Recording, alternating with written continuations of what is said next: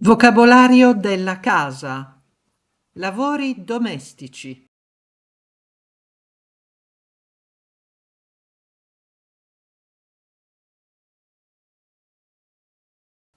Lavare i piatti.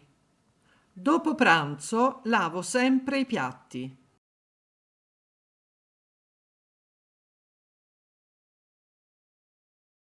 Passare l'aspirapolvere.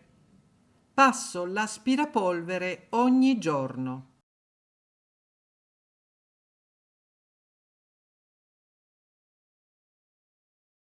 Spazzare. Mio fratello spazza il pavimento.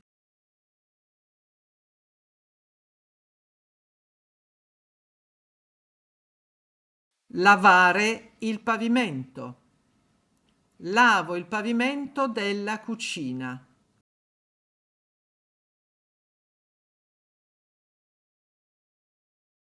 Spolverare.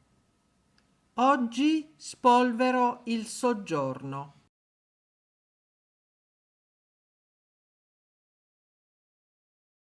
Fare il bucato. Il sabato faccio sempre il bucato.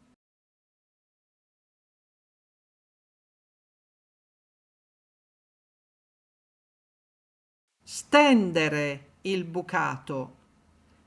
Mi piace stendere il bucato al sole.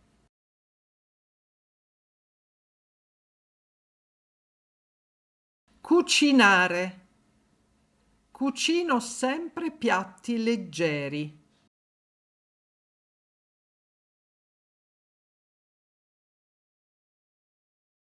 Rifare il letto. Ogni giorno rifaccio il letto.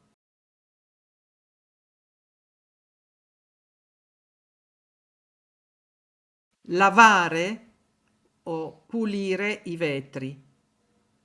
Lavare i vetri è faticoso. Stirare. Non stiro mai quando fa caldo.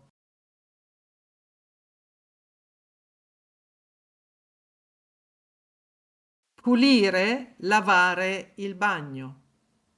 Pulisco il bagno ogni giorno.